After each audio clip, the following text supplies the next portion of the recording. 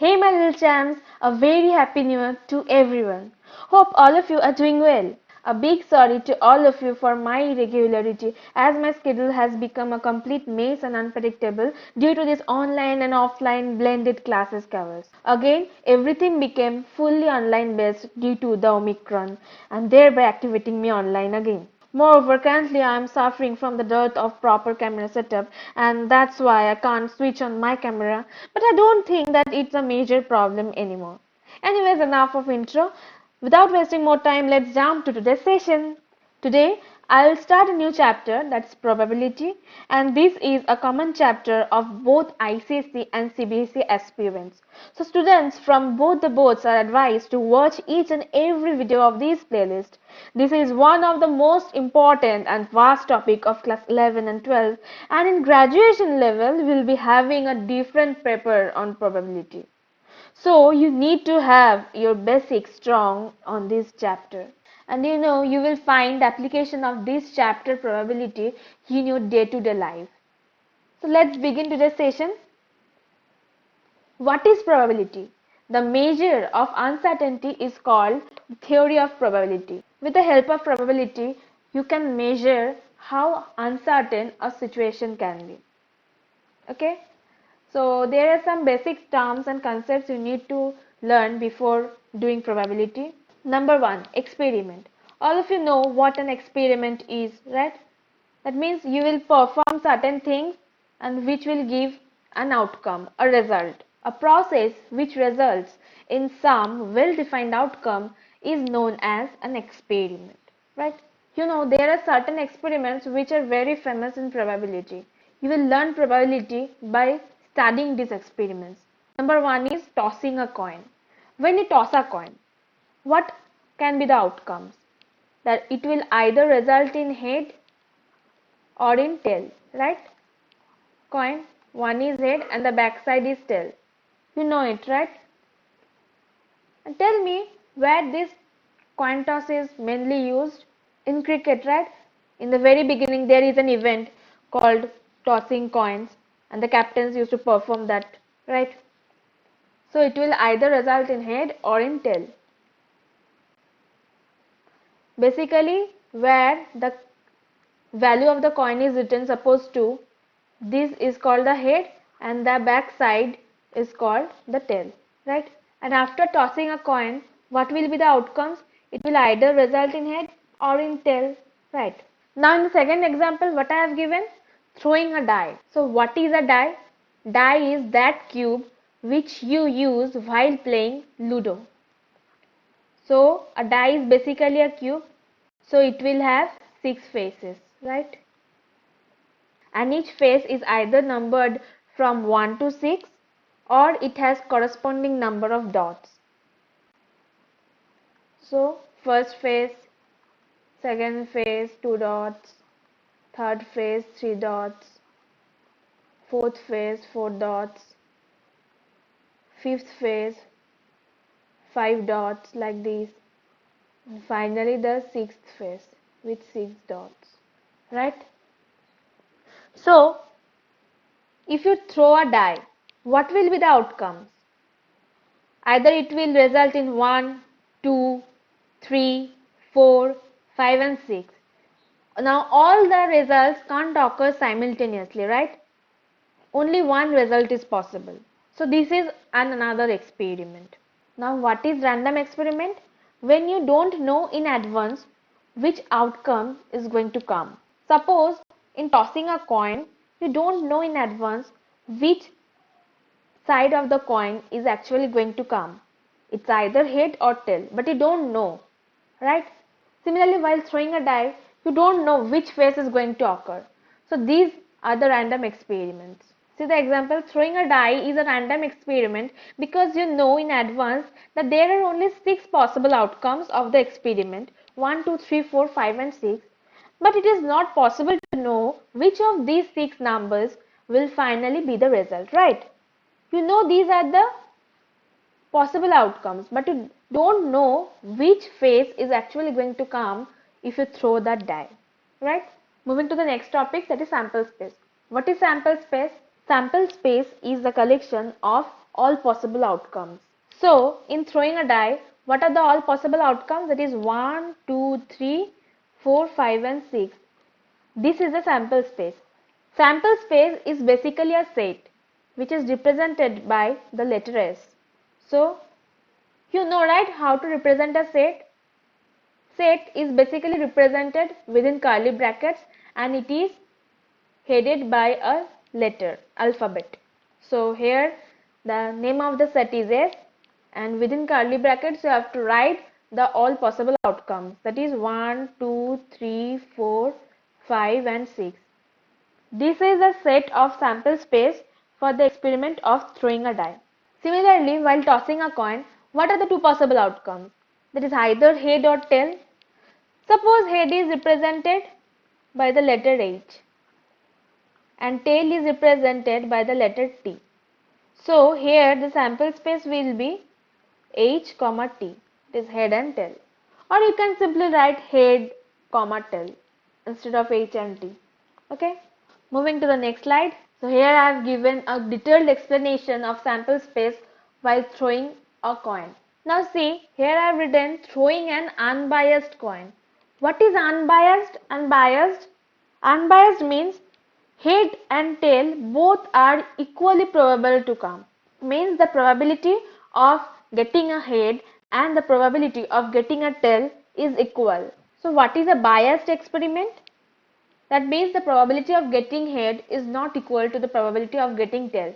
And in that situation, will be given the probability of getting head and the probability of getting tail will be given to you. The normal situation is the unbiased condition and this is the main focus of study in class 10 standard. Okay. So this is a sample space consisting of head and tails for unbiased coin. So this is the cardinality. Cardinality means number of elements that the set is comprising. So here there are two elements, that is head and tail. So the cardinality is 2. Now this is the case of throwing one unbiased coin. Now what if you throw two unbiased coins simultaneously or you throw a coin twice? Both will give same result. Okay. This is the condition when you throw the coin for the first time. That will give either head or tail. Now, for the second time, these are the possible outcomes when you throw the coin for the second time. Suppose first time you got head. Okay. Now you will again toss the coin and there will be again two possibilities, head or tail. Now suppose you got a tail. Again you will toss that coin and you will be having two possibilities, that is head or tail. So the possible outcomes will be, in the first toss you got head and then in the second toss you again got head, or in the first toss you got head and in the second toss you got tail, or in the first toss you got tail and in the second toss you got head, or in the first toss you got tail and then the second toss you again got tail. So these are the all possible combinations when you throw two unbiased coins simultaneously or you throw an unbiased coin twice. Both will result in these four possible combinations. So here the sample space will comprise these all four possible combinations and now the NS, that is the cardinality of the set S, will become 4, right? 1, 2, 3 and 4. The sample space is comprising 4 elements. Sorry, it's a typing error. It will be 4. That is 2 square. Why square? You are performing the experiment twice. So it will be square. Now if the experiment is of throwing an unbiased coin thrice or throwing 3 unbiased coins simultaneously, then NS will be simply 2 cube, that is 8. Why 2? Because while throwing the coin once, the cardinality will be 2. So here this 2 is basically number of sample space while performing the experiment once, and this 3 is number of times the experiment is performed. Up till here, I think everything is clear. If it is not clear, let me know in the comment section below. Feel free to ask any doubt to me. I am there to answer you. Either you ask the doubt in the comment section below or text me personally in Telegram. The link is provided in the description box. So now the topic is equally likely outcomes. So students, in this session, I will be dealing only with the tossing coin problems. So I will be telling whatever is related to tossing a coin. There are basically three experiments which you have to learn in depth. Number one is tossing a coin, number two is rolling a die, and number three is the card problems. Okay. So in today's session, I will be teaching only the problems dealing with tossing a coin. So what are the equally likely outcomes while tossing a coin? That is either head or tail. Both are equally likely because the coin is unbiased. Unbiased means both are equally probable. The probability of getting a head, probability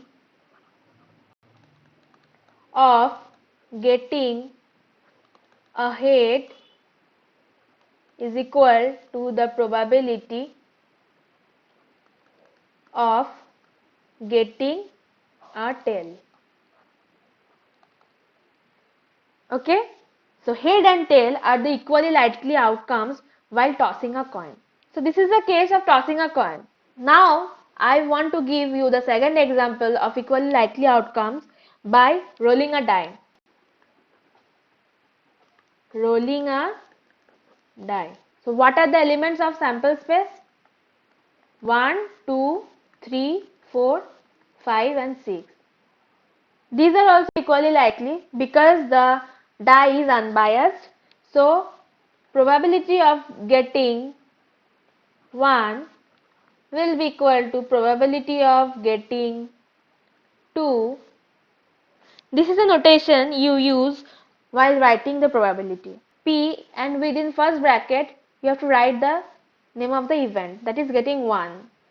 Probability of getting 2 is equal to probability of getting 3 is equal to probability of getting 6.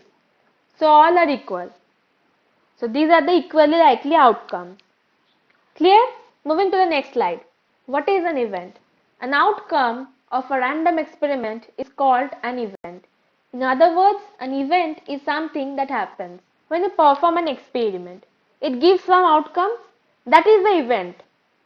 And the set of all possible outcomes, that is all possible event, is the sample space. Now I think you can relate event to sample space, right? An event is again a set and it should be headed by an alphabet or some notation. Suppose I am performing the experiment of tossing a coin. So what will be the sample space? Head and tail, right? Cardinality of the sample space is 2, that is, it is containing two elements, that is head and tail. Now I am defining an event E. An event is defined in this way. Event E is getting head. This is one possible outcome, and another possible outcome is getting tail. So I am interested to find the probability of getting head. Okay, so this is an event E1. And I can define another event E2, that is getting tail. The probability of an event denotes the likelihood of its happening. Probability of E1 denotes how much it is probable to get a head. How much it is probable to get a head. Okay. So there is a formula for probability, that is probability equals to number of favorable outcomes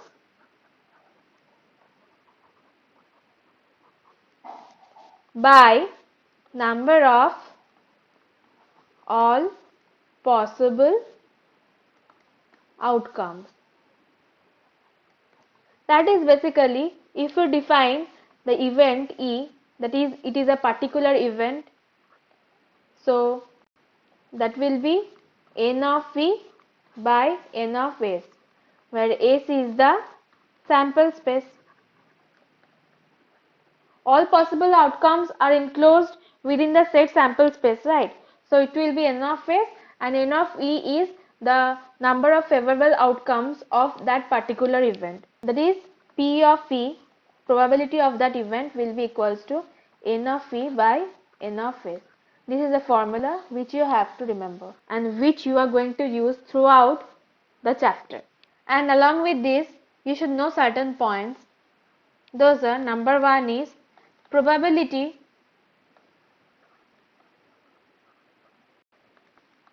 of all the events is equal to 1. Okay? So for tossing a coin,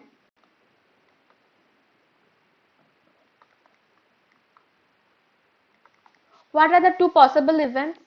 This E1 is getting a head and E2 is getting a tail, right?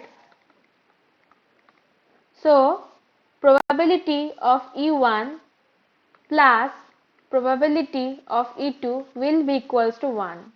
And you should also remember the point, that is, probability always lies between 0 and 1. Okay, this is the range of a probability. Probability can't be greater than 1 and it can't be less than 0. Okay, these are the basic points you need to remember. So let us now do some questions to make the concept clearer. First question is, a coin is tossed once. Find the probability of getting a tail, and the second is not getting a tail.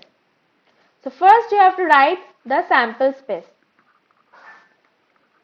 Sample space is head and tail, right, for tossing a coin, where H denotes head and T denotes tail. It's better to specify each and everything so that the examiner doesn't get any scope to cut marks and everything remains very clear to the examiner. Okay. So this is the sample space. What will be the cardinality of S? That is 2. It is comprising two elements, that is H and T. So 2. Number 1 is the probability of getting a tail. So let us define an event E1 getting a tail. So E1 will comprise of only one element, that is T, right? That is getting a tail. What will be the n of E1? That is cardinality of E1. It is comprising only one element, so it will be 1. So probability of E1 equals to probability of getting a tail equals to, always first write the formula and then put the values. N of E1 is 1 and n of S is 2. So it will be half. Probability of getting a tail is half. Number 2 is not getting a tail. Complements means what? This event will not occur. So it will be basically E1 complement. Not getting a tail. Always remember, the probability of an event plus the probability of the complement of that event is always equal to 1. So this will be the point number 3, which you need to remember. So the probability of the complement of an event is basically 1 minus probability of that event, right? So here probability of not getting a tail will be P of E1 complement equals to 1 minus probability of getting a tail, right? So it will be 1 minus half equals to half. Got it?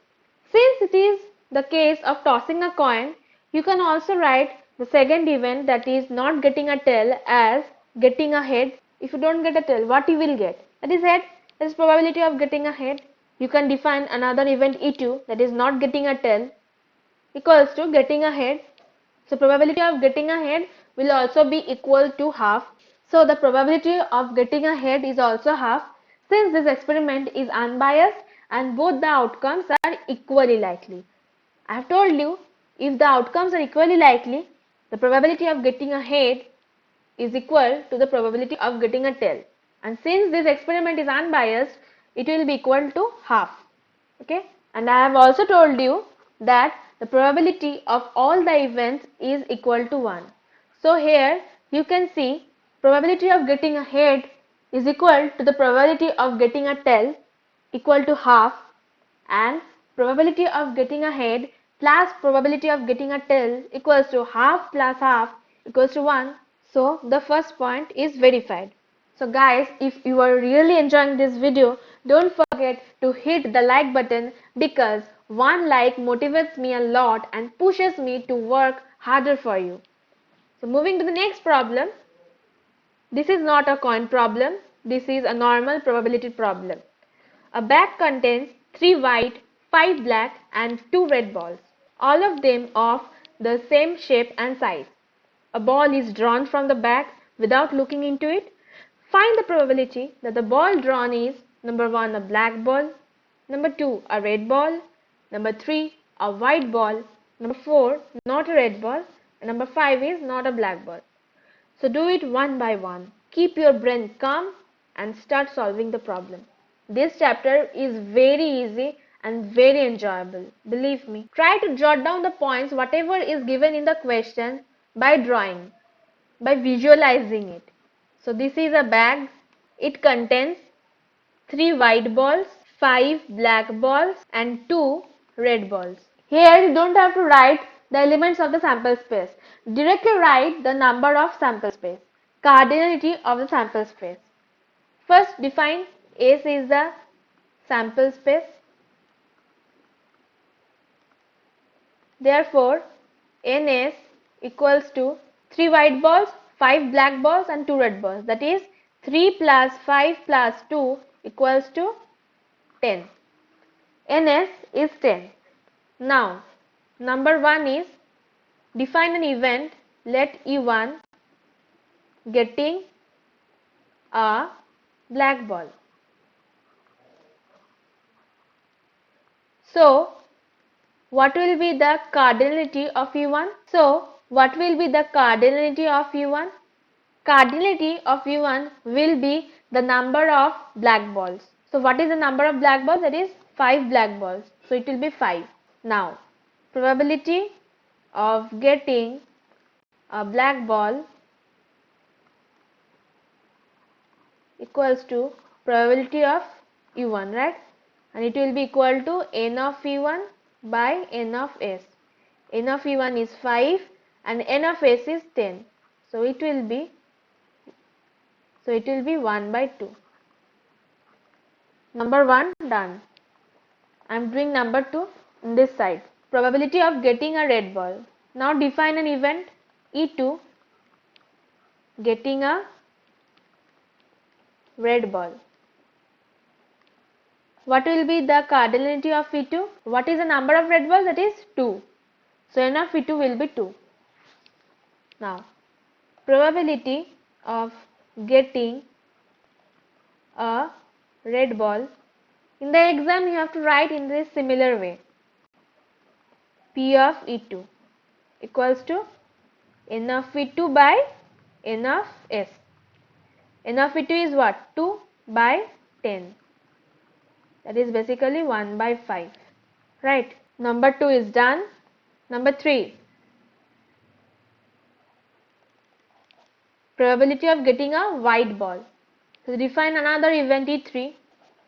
Let E3 equals to getting a white ball. What will be the cardinality of E3? Cardinality of E3 will be the number of white balls. What is the number of white balls? It's 3 white balls. So cardinality of E3 will be 3. Now probability of getting a white ball will be equal to probability of E3, which is equal to n of E3 by n of S. N of E3 is what? 3 and n of S is 10. So it will be 3 by 10. Now, number 4 is not a red ball. That means it will be the complement of E2, right? And I have told you probability of complement of E2 will be equals to 1 minus probability of E2, right? So it's simple. Probability of not getting a red ball is equal to probability of complement of E2, which is equal to 1 minus probability of E2, that is equal to 1 minus 1 by 5. Since probability of E2 is 1 by 5, so 1 minus 1 by 5 gives 4 by 5. Probability of not getting a black ball will be basically the probability of E1 complement, where E1 is the event of getting a black ball. So probability of E1 complement will be 1 minus P of E1, and P of E1 is what? 1 by 2. So 1 minus 1 by 2, it is half, right? So this problem is clear. Isn't it easy? Yeah, it's very easy, and you have to remember only one formula, right? That is probability of an event is equal to the cardinality of that event by the cardinality of the sample space. That's the formula. And you have to remember some basic points. That is the summation of probability of all the events is equal to 1, and the summation of the probability of an event and the probability of the complement of that event is equals to 1. Both are equals to 1. You have to remember this. Okay, I guess I have another problem. Yeah, this is the last problem of the day, and it's the easiest problem. In a T20 match between Geeta and Ritu, the probability of winning of Ritu is 0.73. Find the probability of winning of Geeta and not winning of Ritu. If Ritu doesn't win, obviously Geeta will win, right? So, number 1, probability of winning of Geeta basically implies probability of not winning of Ritu, right? Isn't it? Now, let's define an event E1, that is winning of Ritu, and this probability is given to you. So, probability of not winning of Ritu will be basically what? Probability of E1 complement. So, probability of not winning of Ritu equals to probability of E1 complement, right? Equals to 1 minus probability of E1, and probability of E1 is given what? 0.73. So, it will be 0.27. Probability of not winning of Ritu. So, this will be equal to probability of winning of Geeta. Therefore, probability of winning of Geeta equals to 0.27, right? First part. And second part is already done, right? This probability of not winning of Ritu is equals to 0.27. You have already found it here. So, this question is cleared. This was all about today's session. I hope you have enjoyed this video. You have learned many things from it. This was the basic of probability. And the next session, I'm going to teach you the problems based on dice and cards. Okay. So, if you have liked the session, make sure to hit the like button. Share this video with your friends, siblings, everywhere. Just viral these videos so that everyone gets an opportunity to learn probability for free. Not only probability, all chapters. Make sure that everyone gets to know about my channel. And thirdly, make sure to hit the subscribe button so that you get all the updates of my channel. And don't forget to hit the bell icon so that you get every time notified when I upload a new video. Students, hold, I have something to tell you. The link of my Telegram channel as well as my Telegram personal account are provided in the description box below. So you can personally text me your doubts regarding any chapter which I have taught you till date in my Telegram account. Okay? And moreover, the playlist of the chapters which I have taught till date is also provided in the description box below. So you can access those playlists from there. See you guys in the next video. Till then, stay tuned. Keep on practicing math. Bye bye.